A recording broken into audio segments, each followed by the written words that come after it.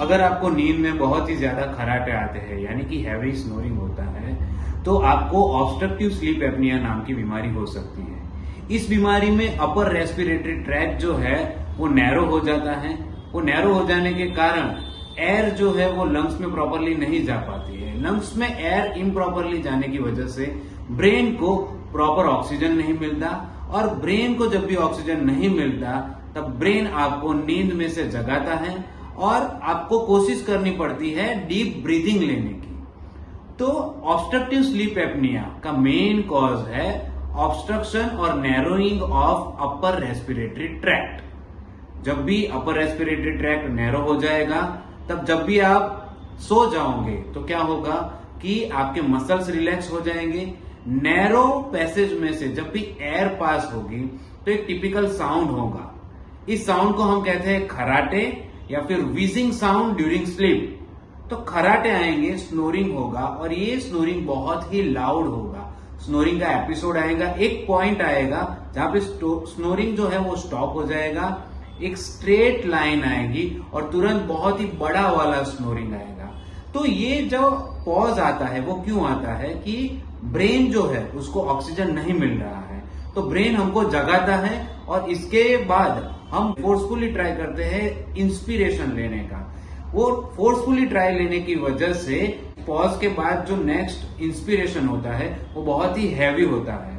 तो अगर आपके घर में किसी को स्नोरिंग हो रहा है तो आपने ऑब्जर्व किया होगा कि बहुत जोर से खर्राटे हो रहे हैं, फिर एक पॉज आता है और फिर बहुत ही हैवी खर्राटा आता है। कई बार ऐसे इंसान जो है वो नींद में जाग भी जाते हैं। इस प्रक्रिया के दौरान चोकिंग और गैस्पिंग सेंसेशन भी आता है। नींद प्रॉपरली नहीं मिलती। नींद जब प्रॉपरली नहीं मिलती तो सुबह आप जब उठते हैं तो बहुत टायर्ड फीलिंग आती है, हेडेक होता है, ड्राई माउथ हो जाता है, गले में दर्द होने लगता है और नींद ना मिलने की वजह से आपको डोजिंग भी होता है। जब भी आप कुछ पढ़ रहे हो तो आपको नींद आ जाती है, अगर आप टीवी देख रहे हो तो आपको नींद आ जाती है, कई बार ड्राइविंग के टाइम पे भी आपको नींद आने लगती है। इसकी वजह से चिड़चिड़ापन बढ़ने लगता है, इरिटेबिलिटी बढ़ने लगती है और कई लोग जो है वो डिप्रेशन में भी चले जाते हैं। नाउ तो खर्राटे आना वो एक सीरियस बीमारी है। कई लोग ऐसा कहते हैं कि खर्राटे आना अच्छी नींद की निशानी है, लेकिन हर बार ऐसे नहीं होता है। तो जिन लोगों को अपर रेस्पिरेटरी ट्रैक्ट जो है वो नैरो हो जाता है, कई बार एडिनॉइड्स, हाइपर एडिनॉइड्स की वजह से वो ब्लॉक हो जाता है या फिर टॉन्सिलाइटिस बार बार होने के कारण ब्लॉक हो जाता है, अगर नोज में बड़ा सा पोलिप हुआ है तो उसकी वजह से भी वो ब्लॉक हो जाता है। तो ये सारे कॉजेस है, लेकिन मेन कॉज है सेंट्रल ओबेसिटी। अगर आपके पेट की जो गर्थ है वो बहुत ही ज्यादा है, एब्डोमिनल गर्थ बहुत ही ज्यादा है, आप सीवियरली ओबेस है, अपनी उम्र के हिसाब से ज्यादा ओबेस है, तो आपके बॉडी में ऐसे हार्मोन बनते हैं कि जिसकी वजह से फैट जो है वो आपके अपर रेस्पिरेटरी ट्रैक्ट में जमा होगी और उसको नैरो बना देगी। नैरो होने के कारण आपको ऑब्स्ट्रक्टिव स्लीप एपनिया होने के चांसेस बढ़ जाएंगे। ना इसका डायग्नोसिस कैसे होता है? तो obviously heavy snoring and all the symptoms जो मैंने बताए, heavy snoring, then this waking episodes, gasping, choking, दिन में कहीं मन ना लगना, इरिटेबिलिटी बढ़ जाना और वेट बढ़ना, बहुत ज्यादा वेट बढ़ना। इसके अलावा दूसरे secondary symptoms like blood pressure बढ़ना, सांस लेने में दिक्कत होना, राइट हार्ट फेलियर हो जाना, ये सारे सिम्टम्स है ऑब्स्ट्रक्टिव स्लीप एपनिया के।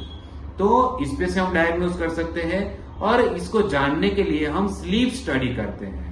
तो स्लीप स्टडी पे हमको मालूम पड़ता है कि एपनिया और हाइपोपनिया के कितने एपिसोड हो रहे हैं during normal sleep, rapid eye movement sleep, non rapid eye movement sleep, ये सारा हमको पता चलता है। तो स्लीप स्टडी पे से हमको ये डायग्नोसिस मालूम पड़ता है कि 1 मिनट में जो भी पर्सन है उसको एपनिया हाइपोपनिया के कितने एपिसोड्स आते हैं और उसी पे से हम डायग्नोस कर सकते हैं कि पेशेंट को स्लीप एपनिया है कि नहीं। ना इसकी ट्रीटमेंट क्या है? तो सर्जिकल ट्रीटमेंट होती है, लेकिन मोस्ट ऑफ केसेस में सर्जरी हम एडवाइस नहीं करते हैं। तो इसके लिए 2 मशीन्स आते हैं, बाईपैप एंड सीपैप। तो ये दोनों मशीन जो है वो क्या करते हैं कि डिटेक्ट करते हैं कि पेशेंट को कितने प्रेशर से एयर चाहिए और उस प्रेशर के हिसाब से ही ये एयर को पुश करते हैं पेशेंट के लंग्स में।